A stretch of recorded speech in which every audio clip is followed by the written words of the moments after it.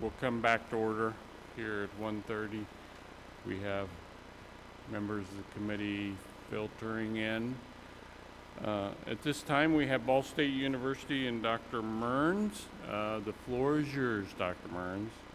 Well, good afternoon. Thank you, Mr. Chairman, and thank you to all of the members of the Budget Committee and others who are supporting the work of this important committee. I'm grateful for the opportunity to present our university's budget request for the upcoming budget session. I'm grateful for the support that you've provided to higher education and grateful to the support that you've provided to our university over many, many years.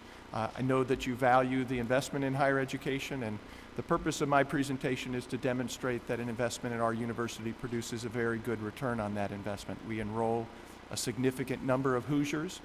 We have very strong graduation rates. The vast majority of our students after they graduate stay in Indiana to live and work. And so we're proud to serve as Indiana's public research university.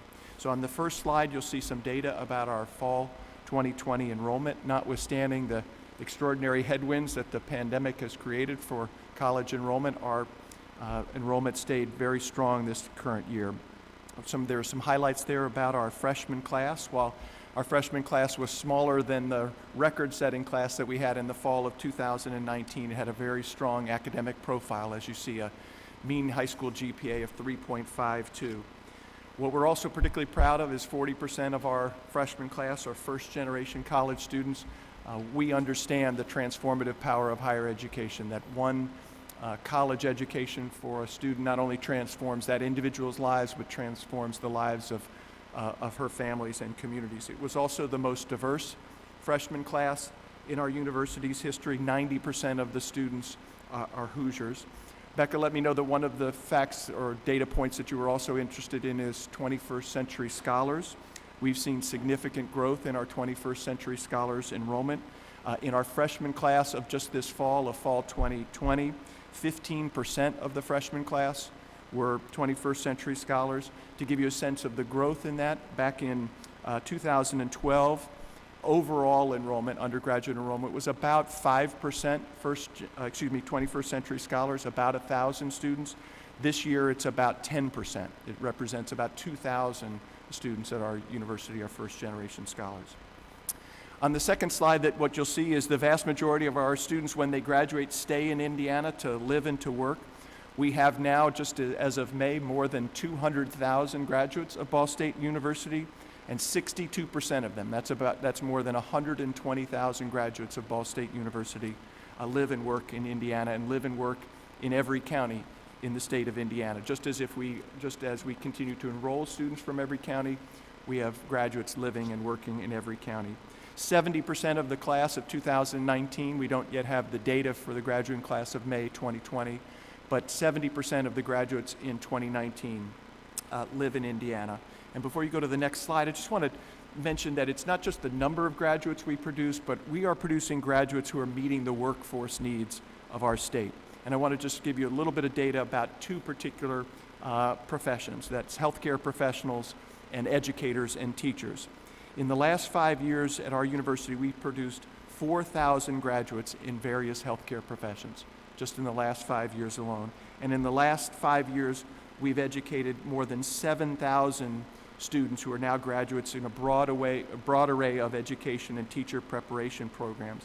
And within those numbers, we're also seeing an increasing diversity of the students who graduate from our education program.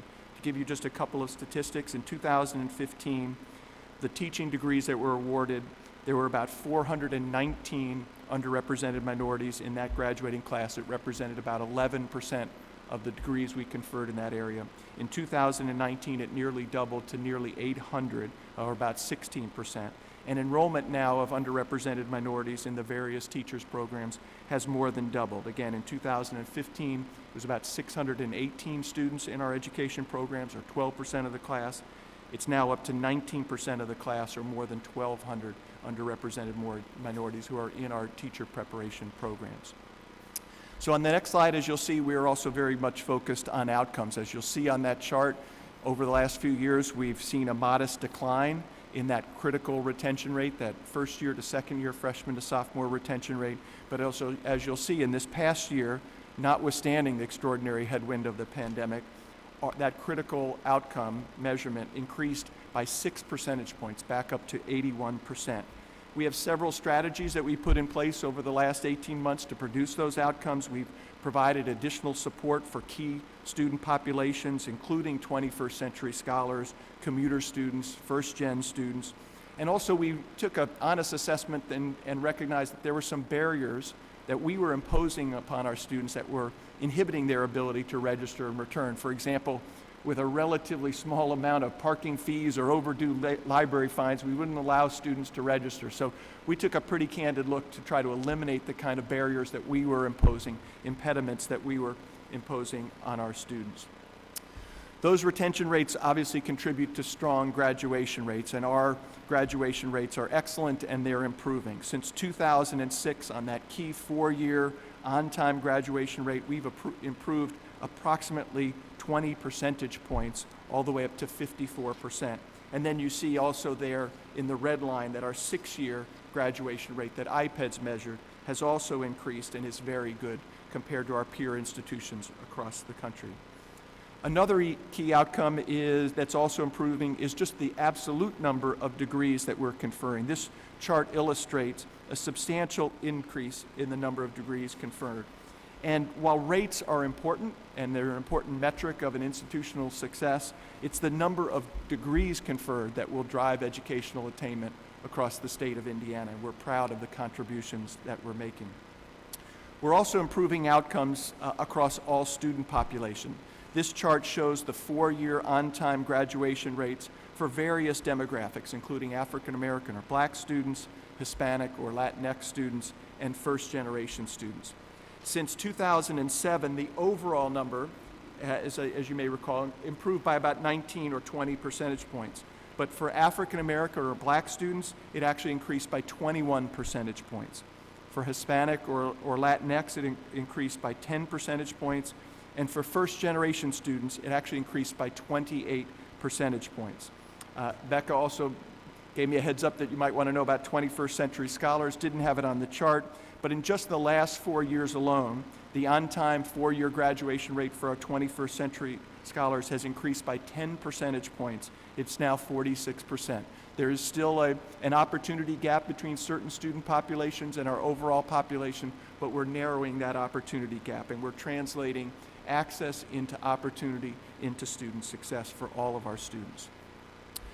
We also recognize that one key element of translating access and into opportunity and success is continuing to maintain affordability for our high-quality education. This chart illustrates that for the last 8 years, our tuition rate increases have been at or below the Commission's recommended cap for 8 consecutive years. And I want to just make 4 important points about that. For us, as you see on that chart, that's the longest sustained period of low tuition increases since World War II. Second point is we have now the lowest tuition price in the Mid-American Conference, our athletic conference. Third, there's only one other institution that can make the claim that we made it here, one other institution in the state of Indiana that can say for an 8-year period their tuition rate increases has remained at or below the Commission's cap, and that's Purdue. And the other point is that the funding formula, the allocation of funds, presently doesn't reflect or incentivize keeping tuition low. And I would encourage you, as you take a look at the impact of the funding formula or other decisions that you make, there is no incentive, there are no rewards for institutions of maintaining their low tuition rate increases. This next chart illustrates the intersection of that fiscal discipline and that constraining the growth of tuition and increased productivity, the number of degrees conferred. My friend President Mitch Daniels refers to the intersection of cost and productivity as value. As I mentioned in my introduction, I refer to it as the return on investment. And so if you look at this chart and you compare our expenditure per degree in fiscal year 13 compared to fiscal year 19, a 7-year period, in terms of the expenditure per degree conferred, it's only increased 2.6% in that 7-year period. That's not 2.6 per year. That's actually only 2.6% over that entire 7-year period. And to put that figure in contrast, the Consumer Price Index over that same period went up 10%, The higher education price index went up 16%. That higher education price index measures the kinds of costs that higher education has, which is somewhat different than the consumer price index. And in that same period of time, Hoosier per capita income went up 22%. There are several strategies that have helped us produce this, what I would say, extraordinary return on investment. One is we're investing more money in instruction than our peer institutions as reported to IPED. Each year we spend 13% more on instruction than peer institutions in the United States as measured and reported by IPED. Conversely, we have 30% fewer administrative positions than our IPED's peers. We often hear criticism of higher education, this notion of administrative bloat. We have 30% fewer administrative positions compared to our peer institutions across the country. The second factor that I think is contributing to this is we've implemented a new incentive-based budget model. That is, we're empowering our deans and department chairs and the faculty to become more accountable and more responsible for the impact of our various budget decisions. We've decentralized the budget to give them more autonomy, but also have them have greater accountability. And they've responded very quickly in a short period of time. Since just 2018, at their initiation, we have eliminated or suspended approximately 20 academic programs that had relatively low enrollment. So they are taking that responsibility. It's not the product of a central mandate from the provost or from me. Third factor that's contributing to it is our geothermal system, and we're grateful to you and your predecessors for helping us make that extraordinary investment in our geothermal system. That's saving us approximately $2 million a year in utility costs.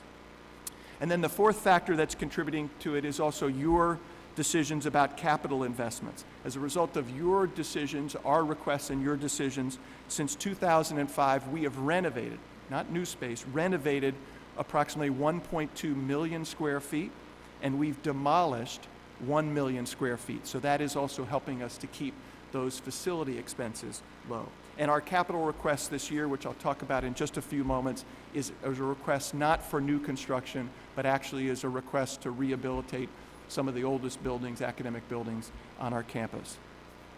So beyond those facts and figures, what we're particularly proud of is our innovative and entrepreneurial approach to education. And I'm fortunate to have inherited the legacy from President Joanne Gora and the distinctive immersive learning projects that she helped to foster and nurture during her service as president. You know, those are signature programs for us. We take interdisciplinary teams of students who work together. These projects are led by students, they're guided by faculty, but they're working out in the community with nonprofit organizations and other businesses to help those individuals solve real-world problems. They're learning to do the kinds of problem solving, practical problem solving, that we know they will be called upon to do when they graduate. We're encouraging them to do that while they're a student at Ball State University. And on an annual basis, as you see on that chart, we provide more than 3,300 immersive learning experiences to our undergraduate students. It's preparing our students to have fulfilling careers and to lead meaningful lives. And now, as you'll see on the next slide, we're trying to translate that kind of experiential learning and that kind of innovative, creative approach to lifetime learning. We want to do more to respond to the needs of employers here in the state of Indiana. We know that they need to continuously enhance the skills and upskill and reskill their employees. And we know that employees are also asking for opportunities to gain new skills in a continuously changing economy. So we are going to bring that entrepreneurial spirit, that innovative spirit, to this goal 2 of our strategic plan and expand the impact that we can have as a university on lifetime learners. So in a moment, I'm going to talk about our specific budget request, but before I do, I want to share some information about the increase in philanthropic investments in our university. As the chart illustrates, in the last 2 years, we've been fortunate to receive more than $30 million in new gifts and commitments. It's the first time in the more than 100-year history of the university that in 2 consecutive years, our alumni and our benefactors have either given or committed more than $30 million to our university. The reason I think that's significant for you, it's because our donors, many of whom are graduates, they have a personal appreciation of the value and the return on investment of a Ball State in education. Also, our benefactors, they, like you, want to see a strong return on that investment. We're grateful for their generosity. It's particularly gratifying to us because, as you know, as a public university, we were founded through philanthropy, through the 5 Ball brothers, 5 successful entrepreneurs, and we still have a long-standing and deep relationship with the extended Ball family. So 2 more slides before the specific request. This slide provides some information about how we distributed 50% of the CARES Act funds, those funds that were designated to support students. Primarily, that money went to undergraduate students. As you see, 95% of that $7.6 million went to undergraduate students, primarily to Hoosiers, approximately 85%, and the average award was nearly $1,000. Second slide, we recognize that the state, you and the governor and his staff, had to make some adjustments to the current investment in higher education and in other state activities, and had to adjust as a result of the economic impact of the recession that was caused by the global pandemic.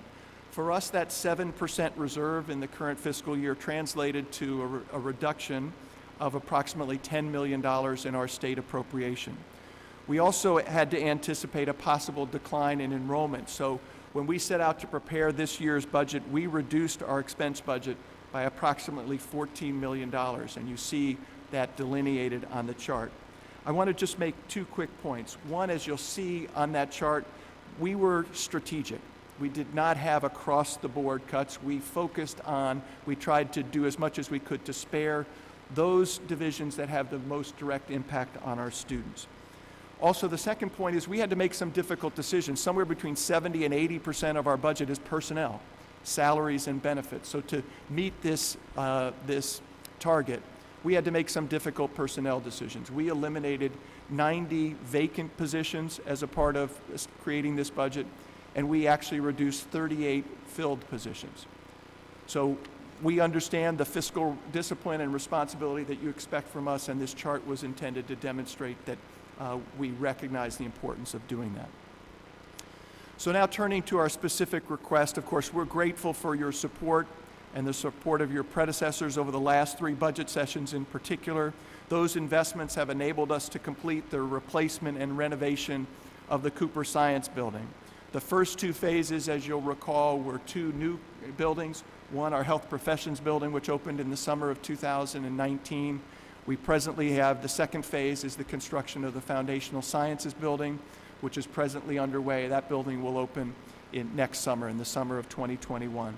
The third phase is the renovation and partial demolition of the original Cooper Science Building. We're actually going to demolish about 40 to 45% of that building and then restore the remaining 50 or 55%. So this request is similar to the request we made last year.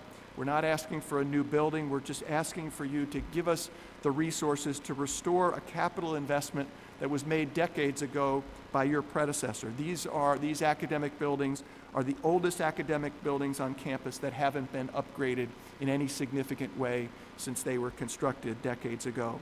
And as you see on the left, there are certainly many programmatic benefits, in particular for our distinctive program in the College of Architecture and Planning, but it's imperative that we upgrade the various systems in those buildings for health, safety, and efficiency reasons.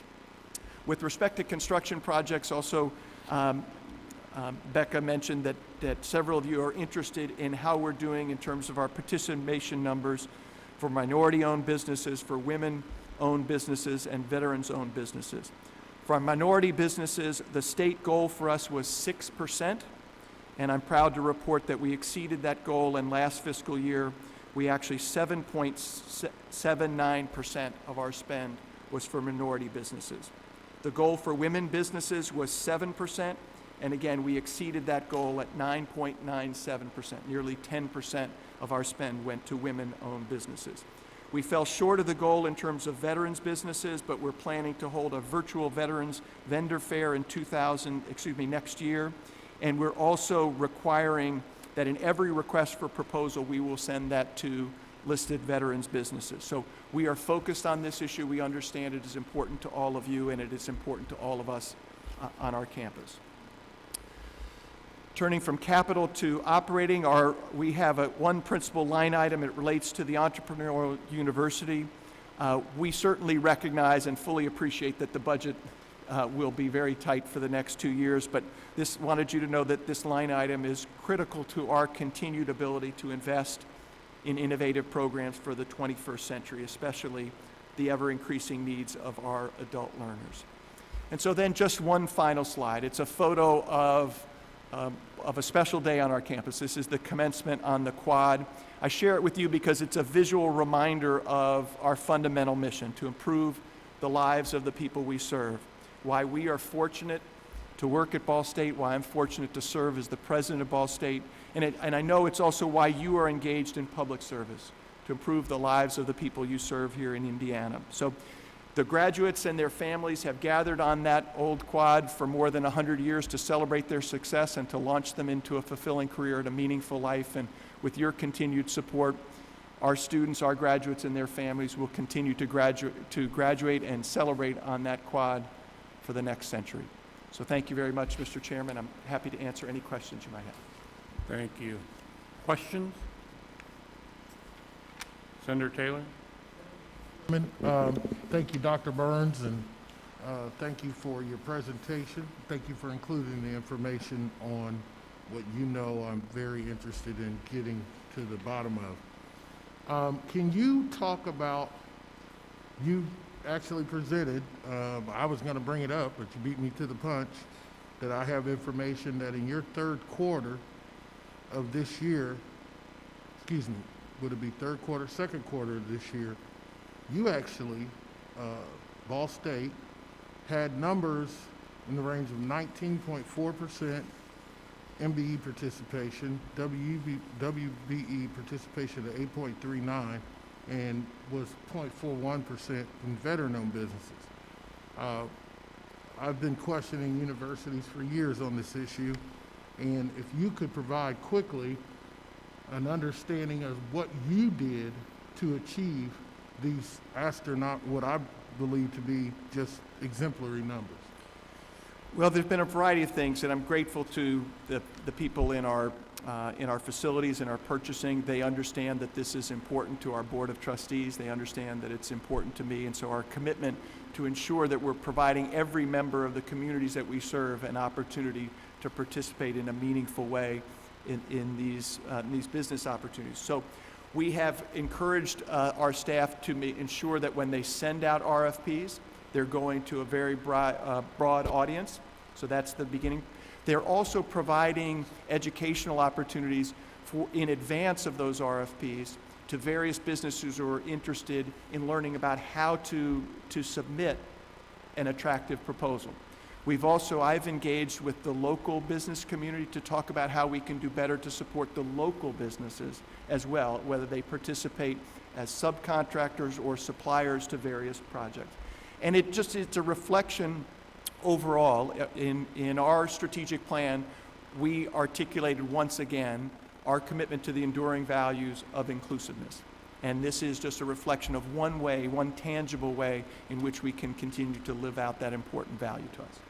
All right. Did you also hire somebody to actually kind of oversee this participation program? And who do they report to? What is their title? So Roger Hasensall, who's the director of our purchasing services, he is the person on the point on these particular programs. He reports through facilities to Julie Hopwood, an AVP in facilities. But overall, our commitment to these various issues of diversity, equity, and inclusion are led and inspired by Marcia McGriff, who you may know we were fortunate enough to lure away from that school in Bloomington to come lead our initiatives at Ball State. And she is certainly helping us to devise the kinds of specific strategies that we believe will resonate and provide a fair opportunity to everyone to compete for this kind of business. Okay. So it's her leadership and vision that's helping translate a university-wide commitment into very specific strategies and tactics. And she reports to who? She reports to the Chief Strategy Officer, but I meet with Marcia and her supervisor on a monthly basis to stay engaged in the work that she's doing all across our campus. So you personally meet with them, okay. I do. Last but not least, you've also increased your diversity among students.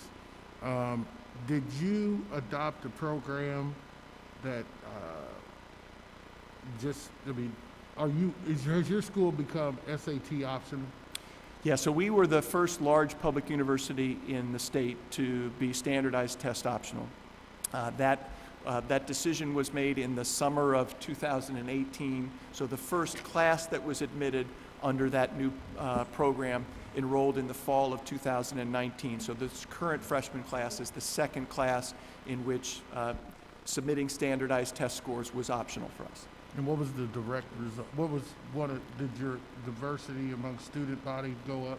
Yeah, so as you'll see the past 2 years we've had the most diverse freshman class in our history. It's up to 25% this fall, and we're still retaining academic quality. What's important to us, though, is to continue to provide support for all of our students so that we translate that access, that opportunity, into success. It's not simply good enough for us to have a significant number of students enroll. It's how we measure our success in terms of retention rates and graduation rates. So we're monitoring for our admission staff how they're making those decisions, and are we translating that opportunity into success. Thank you. The question? Senator Brown? Thank you, Mr. Chairman. Just quickly, I appreciate this growth evidence chart that you had on the expenditure growth per degree awarded over the last 6-7 years, and your increase of only 2% versus the higher ed index, which is 16.2, which is kind of crazy high, but that's a whole nother. So I think that's interesting because we have, listened to different presentations, and overall, of course, the state's in a pretty good place in terms of increasing, but to actually see how you've been able to keep that flat is great. And with that, I just want to commend you. It cannot have been easy to, obviously not to fill 90 positions is painful, but it has to be extremely painful to actually eliminate 38 positions. And so we haven't had that information shared yet today. I didn't think to ask that. So I appreciate your taking the charge to cut costs. That's significant. And that fact, too, that you have 30% fewer administration positions, and trust me, I noted that you said we should reward those who keep the tuition honor from the program, because there's certainly no point in rewarding those who continue to spend more and then possibly ultimately cost the state more, as well as the students who may have an increased loan debt. So thank you very much for that. Thank you, Senator. Thank you. Representative Porter? Just a quick question in regards to your African-American faculty. How many do you have, and of that many, how many are on tenure track within the Ball State University? So, Becca, I think you had some data in that regard. We continue to trail in terms of our faculty representation. Our student numbers have improved more rapidly. Becca's going to help me pull up this. Yeah, and the reason if your student is increasing, then you don't have faculty around that they can identify with. Where's your retention and graduation rate going to be? Because people need someone that is culturally competent or culturally engaged with them as they become 21st century scholars and first gen students. Yes, so you're exactly right. So that is an area in which we, like many other institutions, need to improve. The specific data is, so the minority faculty is about 8%. In terms of black faculty, we have 20 graduate assistants. Of the 11 are on tenure track and 10 are tenured, and then the others are contract faculty. One of the areas we've asked, as each of the colleges has to develop an inclusive excellence plan, and hiring more faculty and staff of color has to be a part of that plan, and the provost in particular is leading that effort. One of the areas, and this demonstrates the connection you just described, the college that has made the most progress in adding diversity to its faculty is the Teachers College, and not surprising, minority enrollment and minority graduation rates in Teachers College is one of the areas where we're seeing growth. So there clearly is a connection. And so we're asking all of the deans and the department chairs to follow the lead of our Teachers College and develop similar recruitment strategies. Okay, thank you. One more follow-up, please. So with those individuals who are graduating that are African American, are there any programs or any alumni association that you engage with to continue to attract those students and help them graduate? Yes, so that we have a Black Alumni Constituent Society, which is a subcommittee or subgroup within our alumni council, and they help us with recruitment. We also have a significant number of parents of color who are serving on our Parents Advisory Council, so they help us with identifying the retention strategies that will improve the retention and graduation rates for our students of color. Okay, thank you. Thank you very much. Congratulations. Thank you, Representative Appreciate Wood. Thank you. Any further questions? Thank you, Dr. Mearns, for the time and effort and hard work you put in. Thank you. Thank you, Mr. Chairman, and thanks to all of you.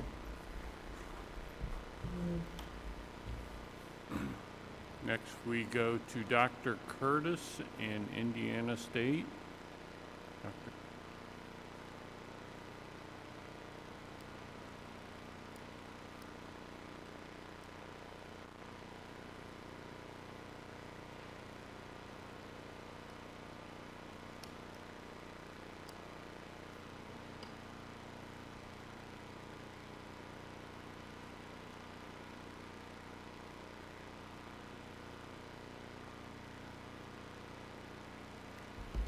The microphone's yours, ma'am. Thank you. If you don't mind, I adore Jeff Burns, but I'm just gonna clean it off a little bit if you don't mind. These are indeed interesting times, are they not? Thank you for providing Indiana State the opportunity to talk with you today, and for me personally to talk about my favorite subject, which is Indiana State University and its successes and its challenges sometimes. Chairman Brown, thank you for giving this opportunity, particularly when we might have all been Zooming, and frankly, I prefer to be with people, so I'm glad to be here. Speaking to you today, while actually at Illinois, gosh, that's really sick. I'm going to talk about Illinois in a minute. Indiana State University, we're wrapping up our sesquicentennial celebration, lifting up 150 years of service to this wonderful state. You'll see on this first slide some of the beginnings, some of the middle, some of where we are today. Shortly after the U.S. Civil War, a state legislator named Baskin Rhodes from Vermilion County introduced legislation that created the Indiana State Normal School. Citizens of Terre Haute then petitioned the City Council for an appropriation of $50,000 to purchase land and construct the first facility that you see up there on the left, top left. The Normal School would become Indiana State Teachers College, Indiana State College, and today we are Indiana State University. Over the past 150 years, our university has endured the hardships of a fire that destroyed that original building, a flu pandemic, the Great Depression, 2 world wars, and of course, this current pandemic. There have been far more positive experiences. We fulfill our mission to our state by transforming the lives of students who come to ISU, and we're happy to report on that today. We thank you for your support in helping us accomplish that goal. In this COVID environment, it's caused us all to engage in activities no one could have guessed. Our lives and our work have been challenged. Indiana State University never closed, and we have never operated out of fear. We followed the pragmatic guidance of the State Department of Health, and we embraced the governor's call to manage through this pandemic. Like many other institutions, we experienced a higher than usual summer melt of students who had initially committed to attend ISU but decided to defer enrollment. As a matter of fact, there was a 57% increase in deferring admissions to a later start. The enrollment impact, along with the necessity of the state to implement a 7% appropriation reserve, has impacted ISU in several ways. We implemented internal budget reductions, deferred maintenance, delayed filling positions, and actually eliminated some, 51 to be exact, and eliminated a planned salary increase. Today, as always, I want you to know that we're committed to affordability because our students cannot afford to pay more in tuition. Therefore, we are a lean organization that operates on an incredibly narrow margin, and our people are working incredibly hard as we are weathering these challenges. ISU, like all colleges and universities, pays close attention to demographic trends. On this slide, here is the challenge. The enrollment pipeline of high school graduates is declining and is expected to decline for several more years. It could be that COVID is actually increasing that arrival of those changes. Given the demographic changes, it's more important than ever to communicate the value proposition that an ISU degree provides. This is our value proposition, or other words, why Indiana State University is worth it. It's about providing opportunity to those who seek higher education. It's about ensuring the quality of our academic programs that meet the same rigorous accreditation as academic programs found elsewhere at a higher cost to students and their families. It's about affordability, because no one should be priced out of attending college and fulfilling a dream. It's about an outcome, and for us, the outcome is student success, meaning graduation and starting that career. This is how our value proposition is fulfilled as we carry out our mission and built upon a culture of inclusion. Right now, ISU is embarking on creating its next strategic plan, which is a time to take stock of where we are and chart our future. As with our previous strategic plans, this next plan will continue to align with the strategic plan of the Indiana Commission for Higher Education, with focus on completion, equity, and talent. We remain mindful of the collective big goal to inspire our fellow Indiana citizens to continue their education and increase their skills by earning a credential beyond high school. Provided here is a snapshot of who we are. Many of you have heard me say that Indiana State University is the state of Indiana's university. We continue to experience strong numbers of 21st century scholars, first-generation college attendees, Pell-eligible students, and individuals from minority communities. The average GPA of incoming freshmen continues to rise, which is a strong indicator of college success. We're very pleased to report continued improvement in first-year retention, which is now at 69%, a 7 percentage point improvement from 2 years ago. ISU is working to be more careful and intentional in its approach to admissions to increase student success. We remain true to our mission of being an opportunity university in the state of Indiana. Our goal is so much more than just attracting students to ISU. It's seeing our students walk across the stage at graduation.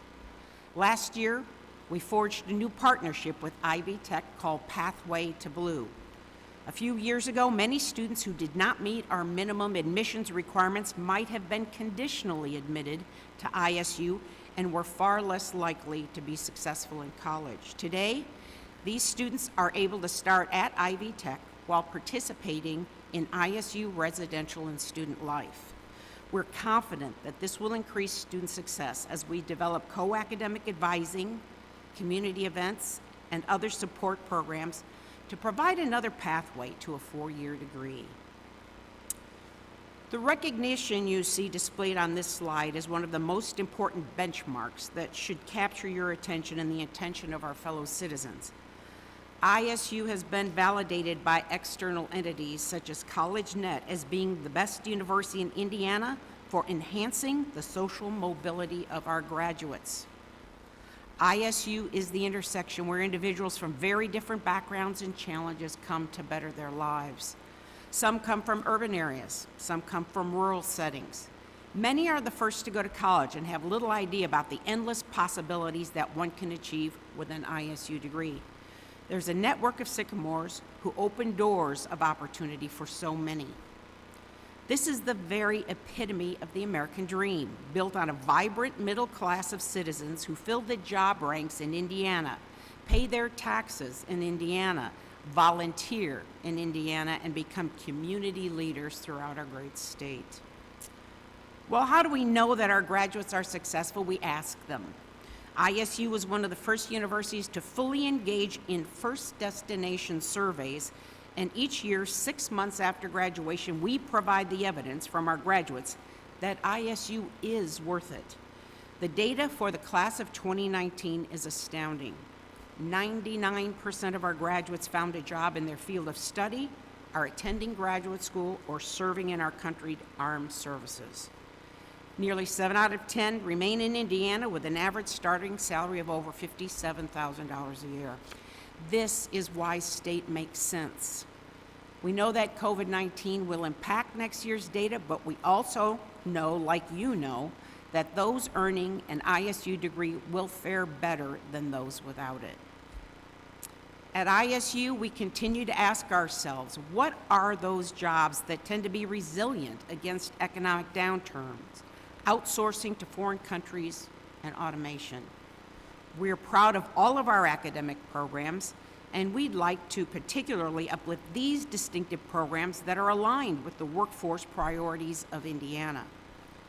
Young people are influenced in so many ways and often have little insights about the myriad career opportunities that are endless. Many arrive at ISU thinking about one field of study and then learn about other exciting career opportunities, including the programs listed on this slide. They also learn more about themselves, their strengths, and their interests. We appreciate Governor Holcomb and the Workforce Cabinet's focus on efforts to help our state compete in a fast-changing global economy. And ISU is doing its part to fuel the workforce so that Indiana can continue to compete. Healthcare continues to be the sector with strong, in-demand job opportunities. Graduates of these programs become the essential workers in healthcare, and they are part of the solution to increase access to healthcare throughout the state of Indiana.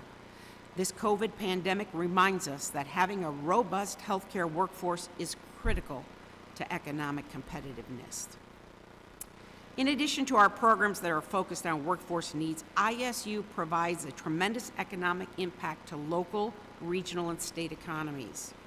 Here you will see impressive numbers, including a $475 million statewide impact, over $400 million in campus construction over the past 12 years, 5,000 jobs supported by the university, 76,000 visitors drawn to the region by the university, some from Illinois, who contribute to our state's sales tax revenue.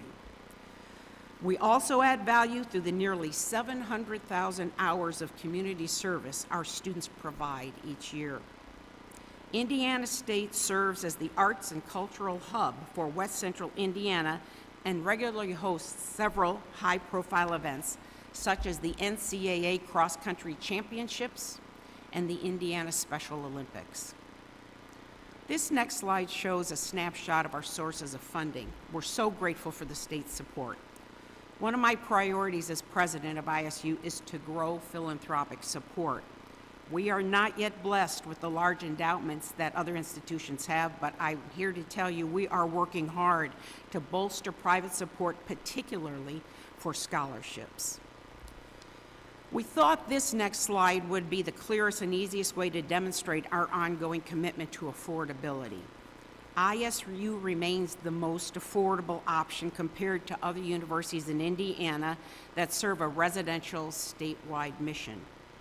And we thought it would be helpful for you to see how we compare to institutions out of state with similar missions to ISU. Here's the Illinois part. Having spent a significant part of my career in Illinois, I can say that there is not the same level of commitment or ability to honor a commitment to higher education in Illinois compared to Indiana. And sitting on the west side of our state, I'm really delighted to bring Illinois students to Indiana State. Because of the state's support of ISU and because we take seriously our charge to be good stewards of the funding received, we can offer our unique experience to students while still remaining affordable. Of course, each university operates differently depending upon size and mission. ISU has been and remains committed to a lean and very efficient operational system. I shared earlier some of the impacts to our finances and operations due to COVID-19. Here are some other totally unavoidable costs that increase annually for us. As we maintain the high-quality educational experience, these will always be challenges for an institution like ISU. The state of Indiana, rightly so, has placed greater emphasis on student performance, including degree completion and retention. We embrace performance funding, and we continue to believe that the persistence requirements on programs such as the 21st Century Scholars Program have helped with improved retention rates at ISU. This table is evidence of our continued improvement on those student performance metrics. ISU supports the recommendations of the Commission for Higher Education pertaining to university operating appropriation. There are 3 line items for which we seek continued support, and these are included in the Commission for Higher Education's recommendation. The first is the Indiana Principal Leadership Institute, which was created with bipartisan support. Legislators such as Luke Kinley, Denise Cruz, Earlene Rogers, Wendy McNamara, and Sue Arrington worked together to advance this initiative because they agreed with ISU that leadership matters in our public schools. And they agreed that Indiana State University's College of Education needed to be the home of IPLI. DegreeLink helps ISU provide higher education opportunities to place-bound citizens who are not in a position in life to attend college in person on a campus.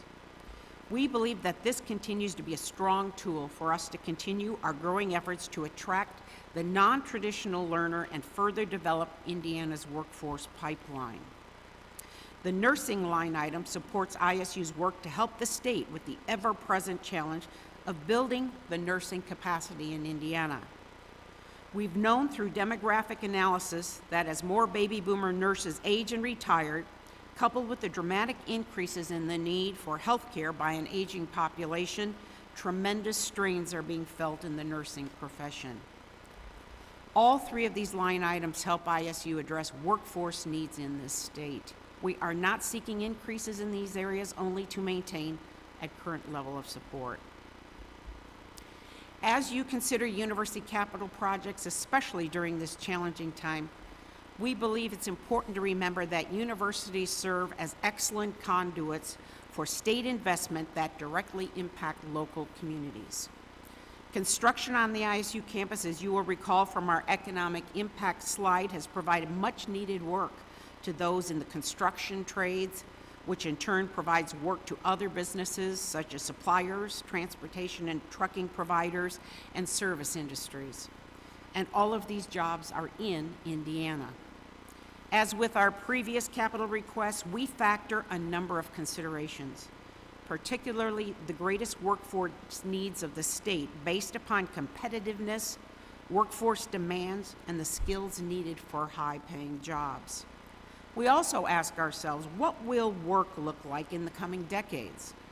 A book published a few years ago entitled The Coming Jobs War details the rise of intense global competition as countries around the world are competing with Indiana to take jobs long held by our citizens. Last year, Brookings published a disturbing report that listed Indiana as the most vulnerable to job losses due to automation and artificial intelligence. Meantime, we live in a world that is increasingly dependent on the Internet of Things as technology impacts jobs in every sector. The September issue of National Geographic details how robots are impacting healthcare, manufacturing, farming, and food service. Depending upon your perspective, these can be threats or they may be opportunities. ISU considers them opportunities. What is certain, though, is that work is rapidly changing and Indiana citizens must continue to learn and adapt. That is ISU's focus, to help our citizens develop the knowledge and skills to navigate this super competitive and ever-changing environment. This brings us to our capital priority, the ISU Engineering and Manufacturing Center located in the Technology Building. As with all of ISU's capital budget requests, this is a special repair and rehabilitation of an existing facility, the Technology Building, that was constructed in 1980 when technology meant calculators and a limited number of computers that were the size of an entire room. Educational facilities have needed to change because work has changed in the United States. The Wall Street Journal headline from December of 2019 captures what we are seeing, that within 3 years, U.S. manufacturing workers with college degrees will outnumber those without. If we don't provide that workforce pipeline to fill those high-paying jobs, other states and indeed other countries will. The result will be a loss of investment in Indiana as companies will go elsewhere for workers. The Engineering and Manufacturing Center houses academic programs that support the pipeline to high-demand jobs, including those listed here. Most facilities across the country that support science, technology, engineering, and math specialties are seldom inexpensive, but we committed ourselves to making a reasonable request for a much-needed facility that will provide a tremendous long-term return on investment.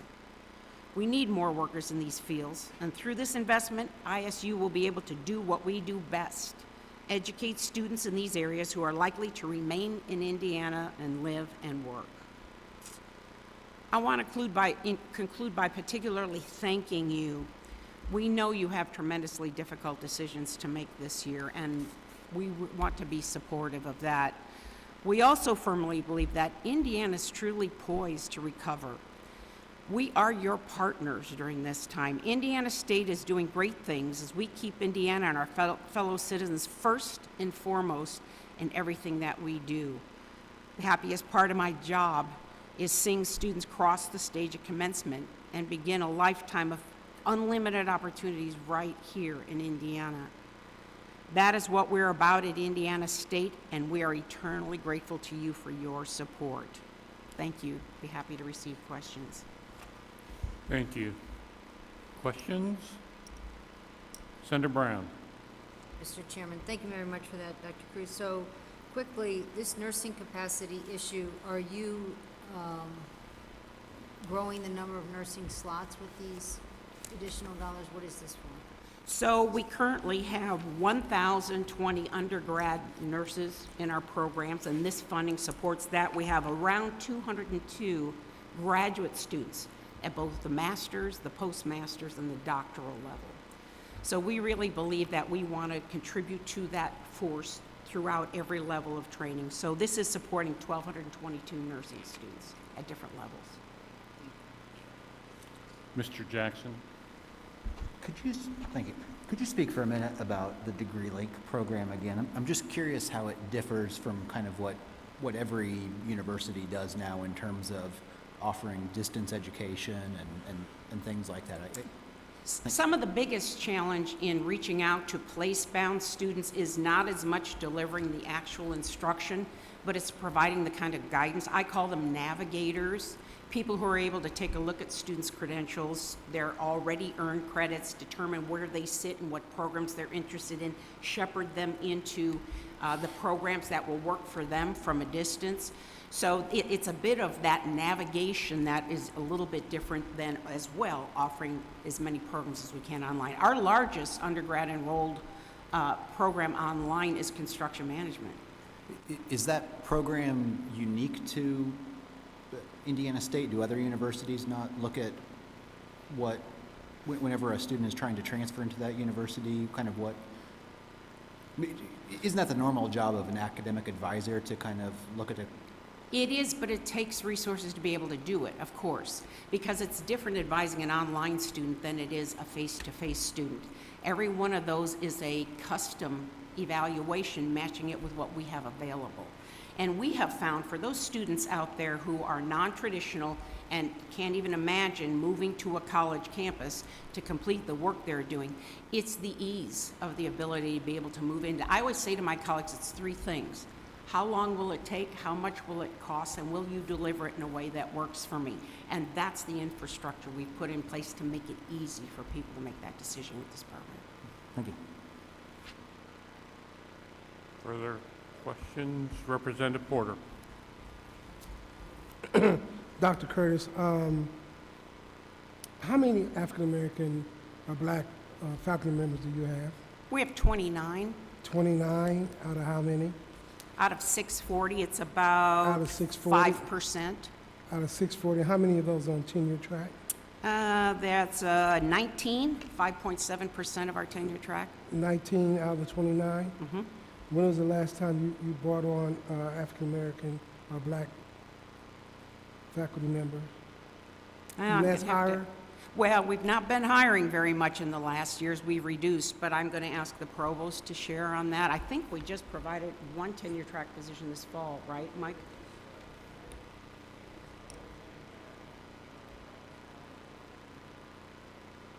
Okay, if I may, you talk about retention, and Ball State had talked about reaching out and helping alumni help keep students there within the school. You have a program, Anderson Meriwether Alumni Society, is that correct? Just beginning, just beginning. Just beginning. So is that part of your budget, or is that be part of your budget, that society, that alumni Well, that society? society is alumni supported. Okay. So we had a set of alumni who have stepped up, not only with that society, but they've created what we call SALSI with the Sycamore Alumni Legacy for Change Endowment. Their first goal was to set an endowment to provide scholarship support, but then the Anderson Meriwether idea grew out of that. And what they're doing, and they're expanding this, because here's the thing, when we talk about 5.7% of our faculty being African American, we have a far higher percentage of that in our alumni is grabbing in the participation of our alumni, and we've all figured out how to Zoom now. So there's a tremendous amount of mentoring now that's going on for some of our students. But also, as we looked at our disaggregated data, we determined that our total focus in applying for the Lilly grant that was made available to higher ed was going to be on decreasing that completion gap for disaggregated groups, and we were, I'm happy to say, successful in receiving that grant. So there will be support from that funding to allow the Anderson Meriwether Group to do even more in connecting our current students with alumni as well. And this will probably be more conversation later on. It won't take up a lot of time. Also, in regards to African American or black males on campus, from the retention rate between the first and third year, and those are who are 21st century scholars. I'd like to have more information on that. You have a heck of an aviation program, and I know FedEx is looking for people, and I know there was some discussion with high schools out of potentially out of Indianapolis as well as Memphis, and that you were approached, and that did not move forward, I think, or... Oh, it did. We have the Purple Runway program. FedEx is supplying some scholarships annually, $500,000 worth of scholarships in aviation. And they'll be at Indiana State Aviation Program? Yes, they are, for the next 3 years, For the and we next 3 expect years? that to grow. Okay, all right. Yeah, I'll tell you, if you ever Thank have you. the chance, we'd love to have you come visit. We've got our Purple Runway wall out at the airport that shows the students currently engaged in that program, and it causes the other aviation students walking in and out every day to take a look at that wall and consider applying as well. Okay, thank you. Further question? Senator Brown? Sorry, just a quick question. I'm puzzled by this persistent success rate. So I mean, you've increased them, which is good on the 60 and 90, but 90 credits, they're 3/4 of the way through, right? And yet, you still can't get, what do you see generally? I know that's hard to give an overview of the 65 who aren't completing, but they're so close. I just don't get that. I get people dropping out after the first year, but Here's something I'd say about that we know about our population at Indiana State, and thus we've built this Bridge the Gap Scholarship program, which we're already at $2.5 million in philanthropic support. Some of those students who stop out at 90, it may be $1,500 that they have a gap on. Now, what we've seen in the last year since we've started this funding is we're able to reach out to those students and say, no, here's that $1,500 or here's that $1,600, keep going, out of the gifts from others. But it's been some of those pieces as well. The other challenge, we're going to be addressing that with the Lilly grant, because that's part of our planning, is students leave in May, and we lose them in a different kind of summer melt in just plain old not being able to come back. Part of our plan with the Lilly grant is to keep them on campus in the summer, engage them with local employers with meaningful internships that pay, able to still live on campus and keep their feet consistent on the path. Because that's where our population, it's that narrow, $1,500, $1,600, $1,800. We're not talking about tens of thousands of dollars. Right. But it may as well be Right. for some of these families because they can't find it. well, and that's kind of, I guess, along the line of Ball State saying that they found some of the issue was like late parking fees. parking, late book fees or something, so they couldn't register. I know you're talking about something slightly different, but it's that small. Well, so we have for a long time, which I find unique in the other institutions I've been at weren't like this. We allow students to enroll in the next semester with as much as $1,000 or less on their bill. So they're not likely to get caught up in book fees Okay. or fines or something like that. It's literally my expected family contribution difference that just can't close the gap on it, but we're doing better. Thank you. Thank you very much. Appreciate all the hard work that Thank you do. you so Tara. much. Thank you.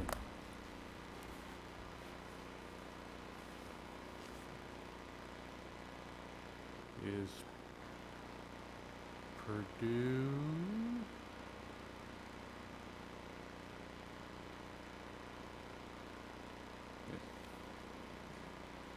Huh?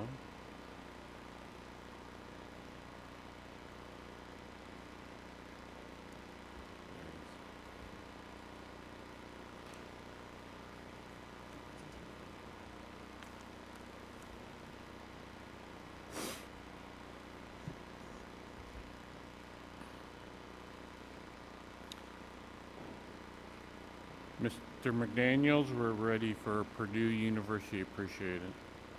You can sit at the table if you like. Yes. I don't know if I can make myself heard. You can take it off. Everybody else been doing that? Okay, all right. I've been tested, by the way, y'all are safe. The floor is yours. The microphone's yours. Mr. Chairman and everyone else, thank you very, very much. It's always good to see a lot of old friends here, and wish I saw more of you. Very happy for the opportunity again to come and represent the people of Purdue and give you a report on where we are and how we look at the year ahead. For the first time in our history, Purdue University now serving over 100,000 students when you count them all, and that includes the big change here is the addition of our online University Purdue Global for working adults. But it also includes record, as you'll see, record enrollment at our main campus in West Lafayette.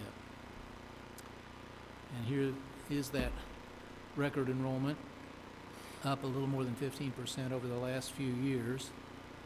And I'm sure it hasn't escaped your notice that across higher ed generally, this is contrary to the pattern for this recent year in which enrollments are down generally at universities of all kinds, but fortunately that's not been the case with us. We did offer every student an online option, and you see that about 10% or a little more took that option. Almost exactly half of those were international students who didn't really have an option.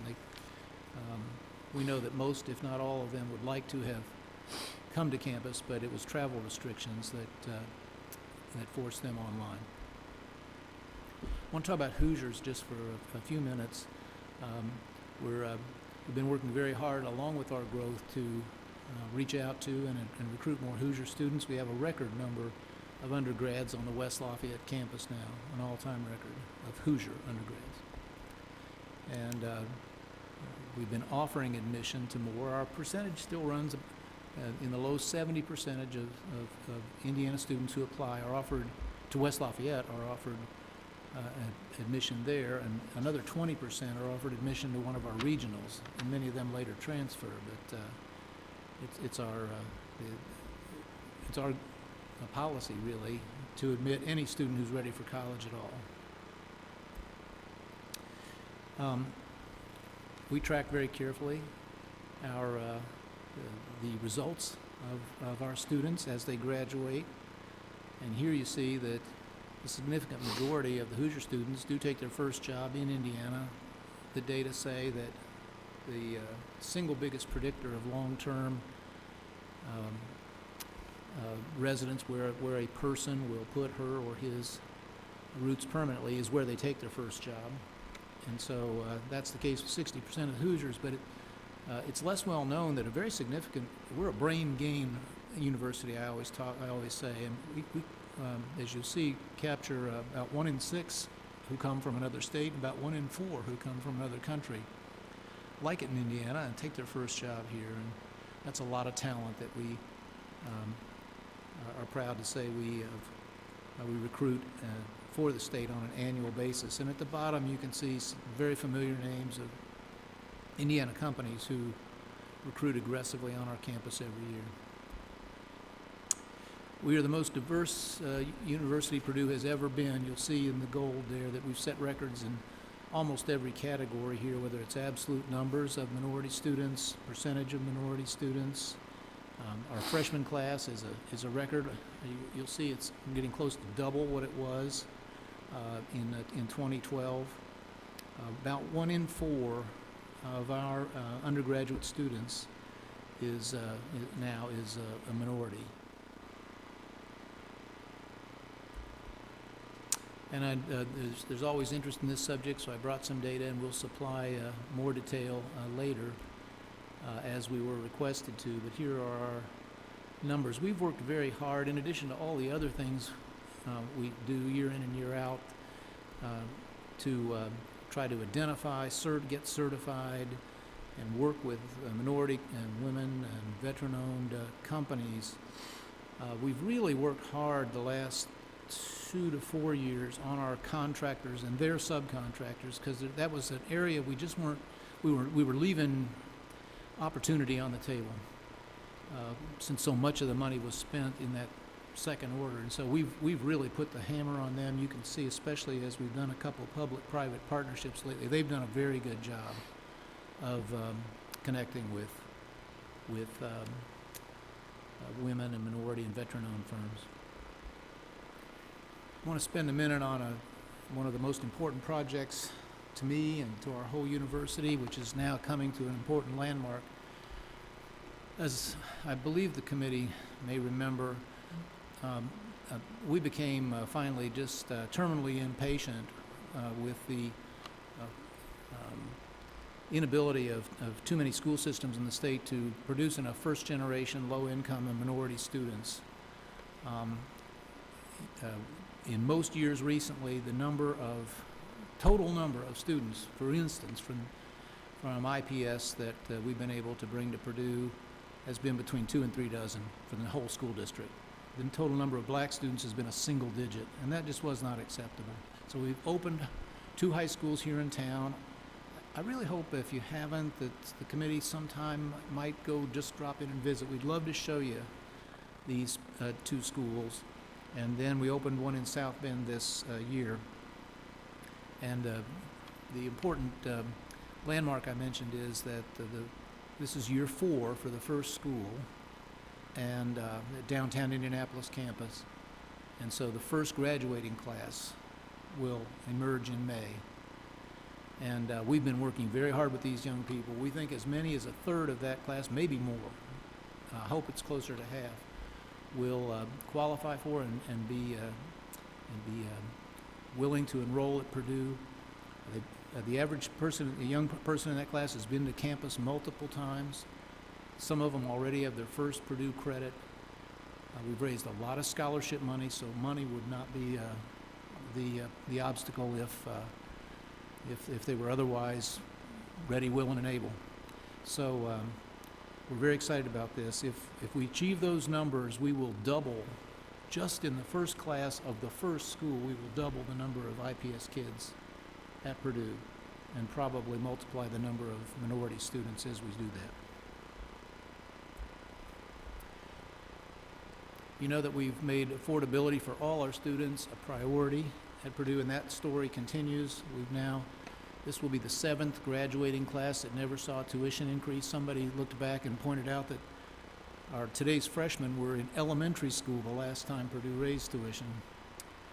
And we've kept the tuition at West Lafayette below $10,000. Someone did this calculation this year. We've now reached the point where if we had raised tuition at the average for the Big Ten, it would now cost over 4 years, essentially another year. So you're getting 4 years for the price of 3.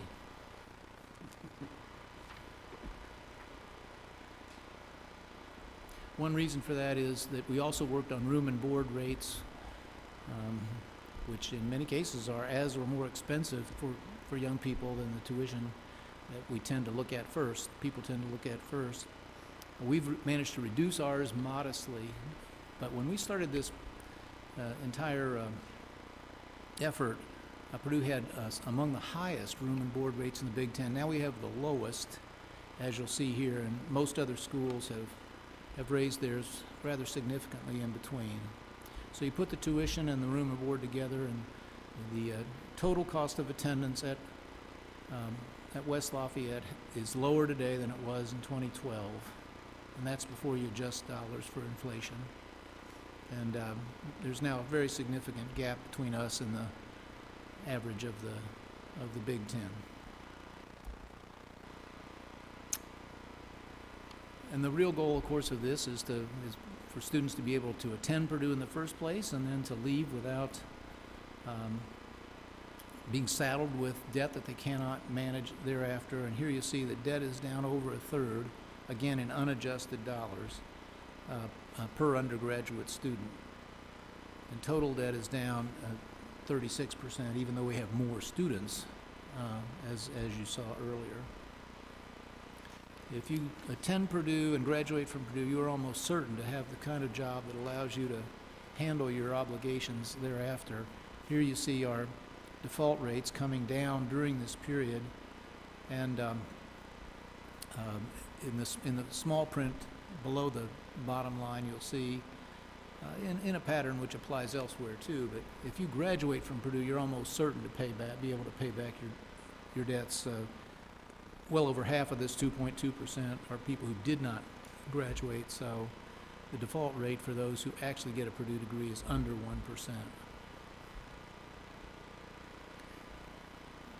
We've always been, as a land-grant school, we've always been the STEM school, or the more concentrated in what were once called the mechanic arts. These days we talk in terms of science and technology and mathematics and engineering. And very consciously, starting a few years ago, we looked at the economy and the needs of the state, the obvious need for more STEM talent, which the legislature has, of course, recognized in the performance funding formula and other guidance we've been given. And we've been investing heavily, as you see, in trying to build our reputation. Now about 2/3 of Purdue undergrads and a significantly higher percentage of our graduate students, who are also a record, by the way, at over 10,000 this year, are in a STEM discipline. We've talked to the committee before about the fact that we see, especially the state's flagship STEM-based university, having an opportunity and a duty to be an economic driver and an economic engine, not only to turn out tremendous individual talent for the state's economy, but also to give birth to new jobs and businesses and to attract businesses from elsewhere. So you can see we've been setting records. Our researchers have attracted record numbers of grants and contracts. This is translating into record numbers of patents and licenses. Starting a few years ago, our efforts to make ourselves, as we say, entrepreneur you. We've changed every policy we can find. We've built all sorts of support mechanisms. We are now routinely in the top 2 or 3 in the country in terms of new startups. And it's very inspiring, a place to be, watching not just faculty or not even just graduate students, but students 18, 19, 20 years old achieve intellectual property protection and or start companies based on it. We have, of course, our research parks, and not just at West Lafayette, but elsewhere, but the Discovery Park District that we are trying to develop at West Lafayette has already attracted major investments, some of it which are mentioned here, almost all of which qualify as the high-tech end of their business, whether it's aerospace like Saab and Rolls-Royce, or biotechnology like Endosite and Inari, and Solymph Tech at the bottom, precision agriculture. So these are high-paying jobs, jobs that then integrate very well and take advantage of our research capabilities, and then hire our graduates as well as bring new jobs to the state from elsewhere. I could have brought you several pages of these, but I'll spare you and limit it just to one. Just to say that in ranking after ranking, especially those that factor in value, that is the cost of the education compared to the quality that it delivers, Purdue's been doing steadily better and is now seen as a national leader by many, depending what criteria they're using. And in every case, the best in the state. I want to spend just a minute on our online university, Purdue Global. It's growing quickly. Hoosiers can attend this Purdue Global, and I'll show you the demographics in just one second, but is aimed primarily at working adults. And I think the General Assembly has been very alert to the fact that we have hundreds of thousands of Hoosiers, not people who never tried college, but who started college and didn't finish. And this is a huge opportunity if we can reach them and help them get to a degree or a credential. And Hoosiers, of course, can attend at a substantial discount. And here you see the growth since Purdue assumed the leadership of what is now Purdue Global, and we'll soon have 5,000 or more Hoosiers studying for those degrees. We've already graduated well over 1,000. And it's a very different population than the one you think of when you look at West Lafayette or one of our regionals for that matter. And please notice this is the students we're serving here are 40% minority, almost 2/3 female. These are people for whom life got in the way somehow, and yet Purdue Global is a second chance for them, and we have great data on the income gains that these women and men experience after they do complete their degree. One of the most emotional experiences I can have these days is to go to a Purdue Global commencement. You just imagine the joy and the diversity of the people in age and in every other demographic category who are seeing, in many cases, dreams come true that they thought never could. We're very proud of our regionals. We have, in all candor, like regional publics everywhere in the country, we are struggling with enrollment and attendance, but the work that's going on at Northwest and at Fort Wayne is really terrific. And here you see some of the things we're proudest of. Purdue Northwest, one of the most diverse campuses anywhere in the state of Indiana, and being very innovative, as you see there at the bottom, the first banking program in the state. I want to spend just a minute on Purdue Fort Wayne because there's one specific issue here. Many of the members were on the committee when, just a few years ago, when IU and Purdue effected at IU's instance, but our agreement, effected a separation of what was IPFW. And at the time, the legislature said that obviously money would be needed for the transition. IU was ready. They and received over $5 million, and it went into the base up there for their new health sciences campus, which I believe is doing very well.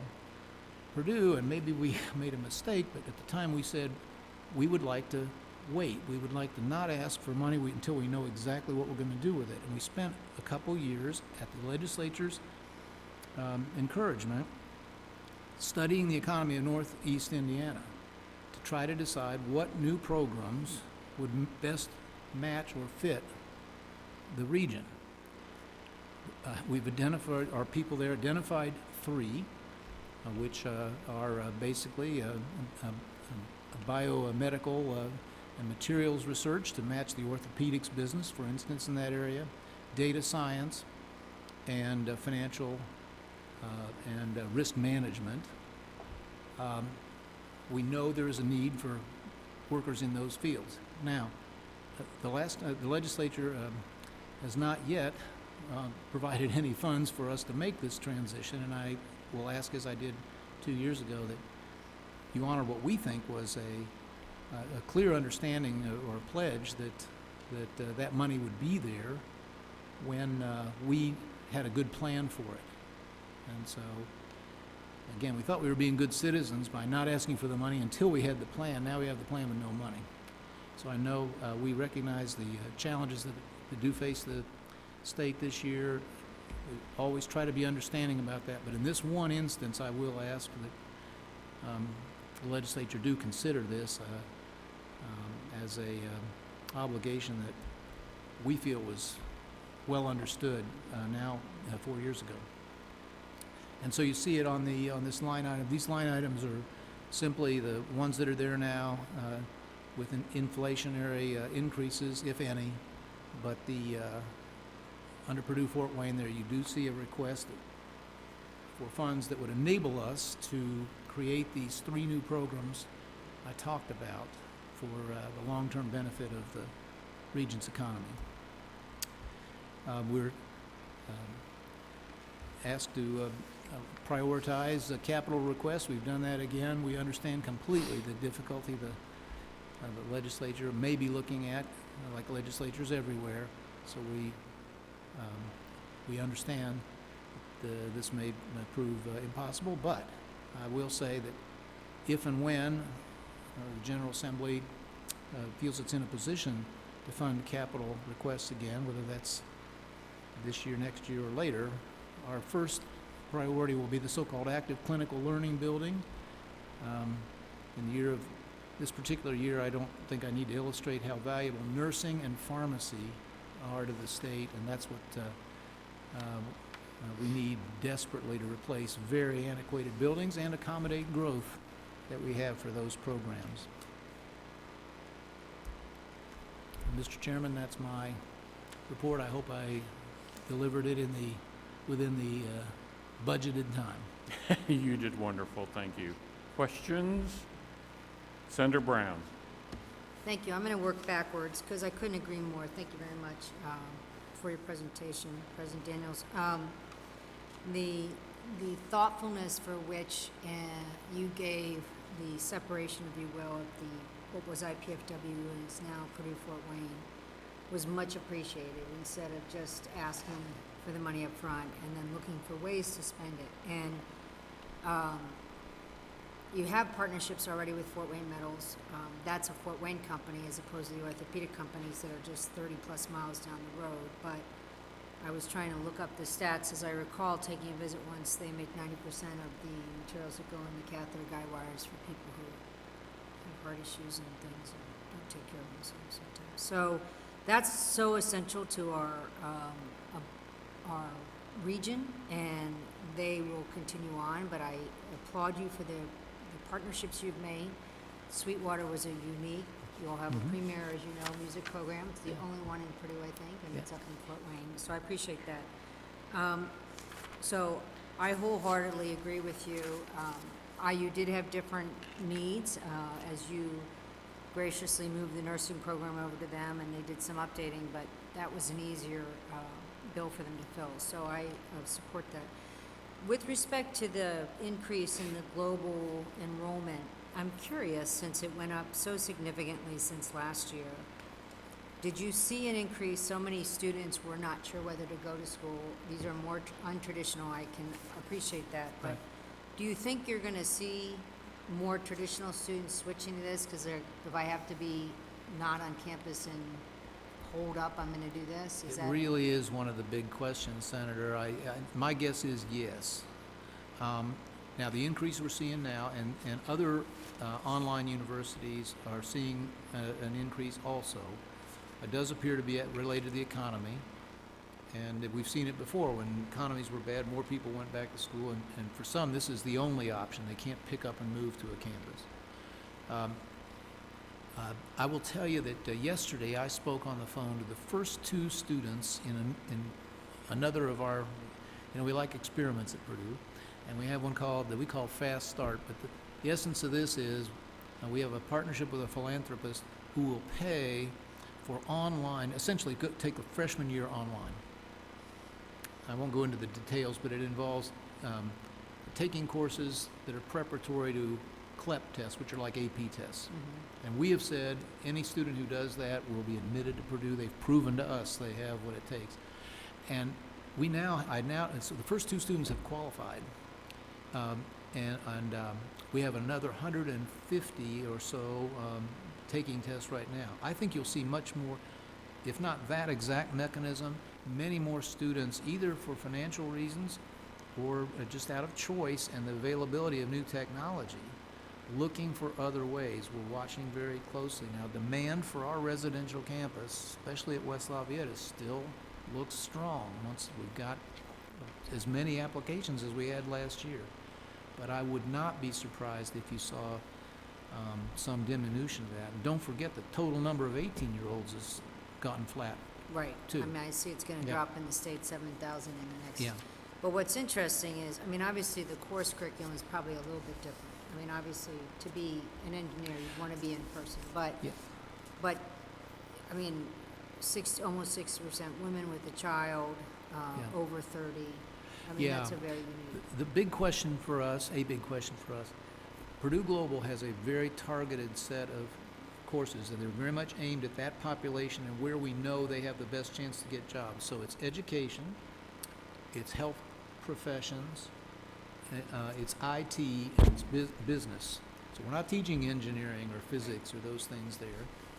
But I do believe, following along the line of your question, that we're going to take a very close look at offering more of our traditional undergraduate, or let's call it residential undergraduate curriculum online for students who now discover they prefer that, or want to do that for part of the time that they're achieving their degree. Thank you, and thanks again for keeping to us. Yes, ma'am. Further question, Senator Taylor. Oh, thank you, Mr. Chairman.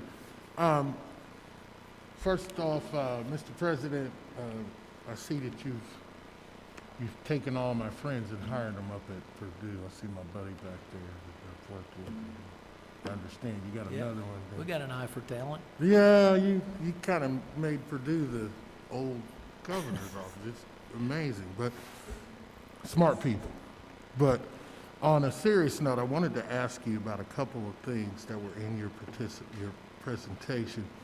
And it's your West Lafayette undergraduate minority enrollment.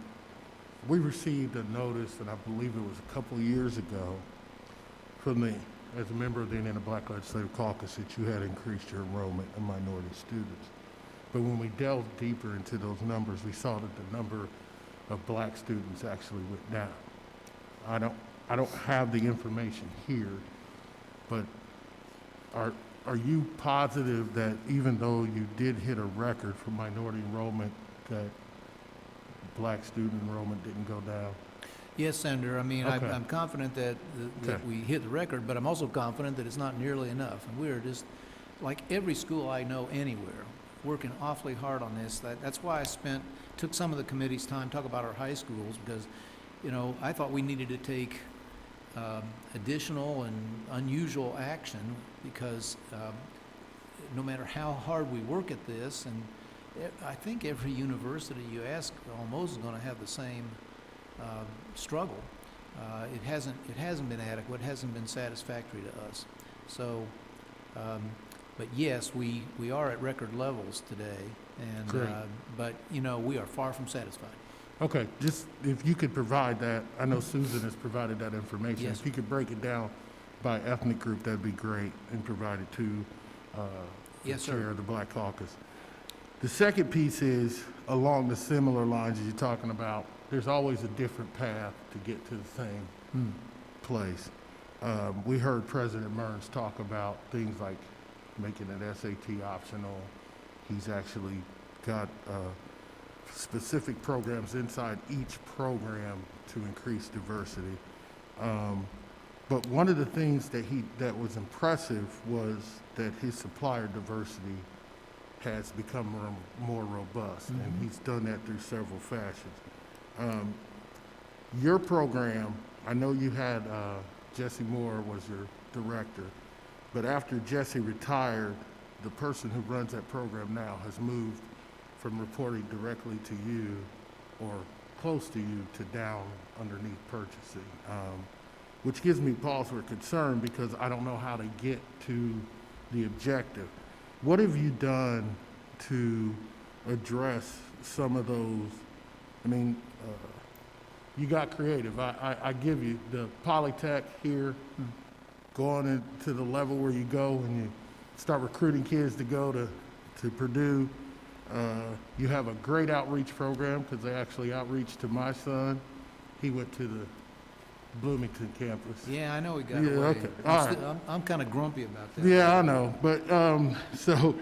but in doing that, you were very innovative. I just want to know, have you thought about the same thing for your procurement department? We've got to do something about this, and you know, as Yeah. former governor, that program is hard. Yes, sir, it is. uh, Well, I take the point. I will tell you that the procurement people hear from me. They know that, first, they don't have to hear from me. They know they don't Okay. report on a regular basis on these numbers. They're going to hear from me. Okay. They gave me a 2-page, I think, list of things they've been doing over the last year, monthly, job fairs and contractor fairs and all the rest. We will just keep slugging away at it, but I promise you, I will not let it slip out of view. And we've seen some improvement. As I mentioned, we were too slow to recognize the importance of getting at the subcontractors and the opportunity that was there. But we're all over it now, and I'm just determined next time we come back, we'll bring you something that looks better than this. Yeah, okay. Well, I appreciate that. One last point. I've emphasized this, and I know you know this, but just to re-emphasize the obvious, and I keep saying this to all the universities, boy, professional services is kind of a direct, Yeah, that is one of those low-hanging pieces of fruit. yeah. And as you continue down this path, if you don't meet the goal, every time we do a disparity study, that number for the disparity is going to go up. And that's one area where I'll just say the challenge, while there is a challenge, is low-hanging fruit, and I think you guys could do a lot better. I know that's right, and we Yeah. have. And actually, when I ask, okay, so we made some progress. Where did it come? That's where it's coming predominantly in professional services, IT. I have to say also, maintenance, and there's some fine Yeah. companies that we don't have to cut our own grass in every case, and that's Right. what I'm saying. And I would put that in that same category of an area that where there was opportunity that we were slow in taking advantage of. But we see it now, and we're after it. Thank you, Mr. President. Thank you very much. Thank you. Representative Porter? Mr. Chairman, President Daniels, just a couple of quick questions. In regards to faculty, Yeah. your black faculty, how many do you have in faculty members? And of those faculty members you do have, how many are on a tenure track at Purdue University? Yeah, well, the answer to the first question is not enough, and that's the same question. That's the same answer you get from, again, on the university I know. And this is a pervasive problem, especially Senator, in the areas that where, again, we predominate, 2/3 in STEM, and as I think you know, the universe, the pool of PhDs on a given year, just go look how they're just so few, and everybody wants them. So we're working very hard. We're working as hard at faculty recruitment as we are student recruitment. But it is very challenging, especially where we are. But on the second question, the ratio of tenure track faculty is at least as high with our minority, black and minority professors as it is elsewhere. And Purdue has one of the highest ratios in the country. well over 70% of our faculty are tenure track. As you follow these things, you may know a lot of schools have rather quietly been moving away from that because it's less expensive. And we have not. And so for those black and minority faculty that we do have, they are just as likely to be on the tenure track as anybody else. So, as you say, that's low-hanging opportunities that you really don't have. Do you have a strategic plan, or who's in charge of attempting to grow those numbers? If they're reaching out to HBCUs and other places that's non-traditional. No, absolutely. I'll give you an example. Middle of last week, I was on a national conference with the president of Morgan State University, and we were announcing a program. First of all, we're going to help them get in the rocketry business. They want a competition to see, whose students can launch a rocket to a certain altitude, and we're going to help them. But the main point for me was we've gone into a dual degree program with them, where Morgan State students will come to Purdue for years 4 and 5 and wind up with 2 engineering degrees. And obviously my not so secret ambition is get a bunch of those young talents on our campus and maybe keep a bunch of them. Thank you. Yes, sir. You've had 400% increase in Purdue Global.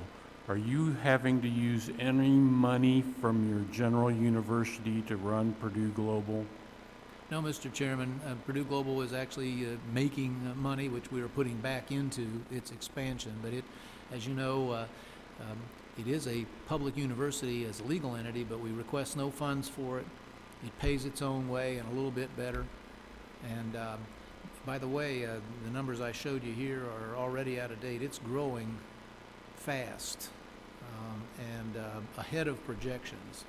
So we'll be having some important strategic discussions about its future. As I was answering Senator Brown a little bit ago, we may well decide that much of its future is to broaden out beyond the areas and beyond the population that it's concentrated on so far.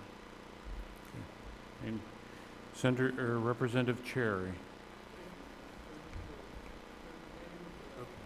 I know that the Purdue Global, the low-hanging fruit is probably those people that's gone to 1 or 2 years of school and never finished. And what would be that population out here in Indiana? Yeah, it's about 750,000 people. It's an amazing number, and that's right in line with what it is nationally. To me, it's one of those rub your eyes facts, but it's true. There are now between 35 and 40 million Americans, so our piece of that, about 750, 800,000. And that's twice as many people, I always remind myself, as all the 18 to 24-year-olds that we concentrate on when we think about college. And so whether it, certainly for our state, and the Commission on Higher Ed, to their credit, has been on this and pointing all of us to it, but it's a really important opportunity. Again, some of these people are only a year or something from the finish line. They don't have to go several years to get to a degree, which will very much improve their lives. But we've got to reach them, we've got to make it available and affordable, and we got to support them to succeed.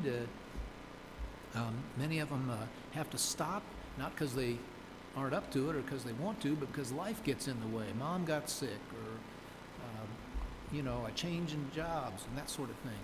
It's a very different set of challenges than the ones that we face at PFW or West Lafayette. But it's a great, we think it's a very noble thing. I don't want to get on the soapbox here, but remember, we're your land grant school. We were put there 151 years ago to open the doors of higher education, back at a time that very, very few people went, generally just elites.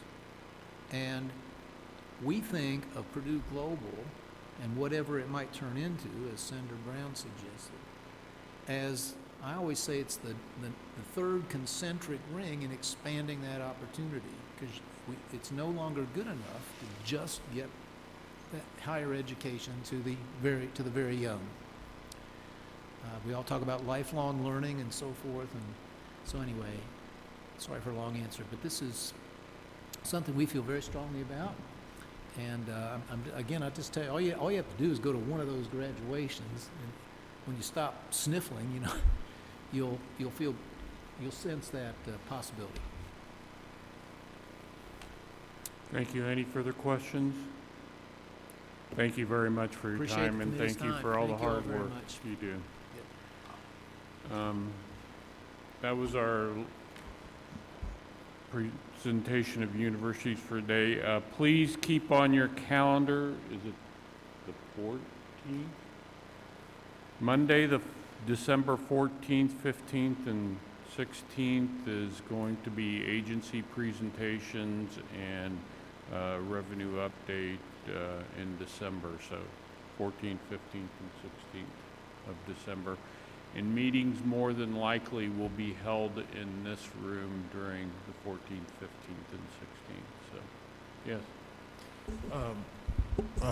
I know, don't cry, Senator Brown, but I won't be at those meetings. I'm going to be having 2 new members from the Senate Democrat Caucus be on this body, and I just wanted to say at the meeting that I've enjoyed my time respectfully with my mentor, I hope, sometimes he doesn't want to claim me, Representative Porter, with you, Chairman Brown, Chairman Mishler, one of my best friends in the Senate, Liz Brown. And I want to say thank you. I got to meet a whole bunch of people who work hard for the state of Indiana, the state budget agency, and we may not agreed on everything, but I've enjoyed my time on this committee. So thank you guys for having me, but there'll be 2 new members come December meeting. Thank you very much. Thank you for your work. We are adjourned.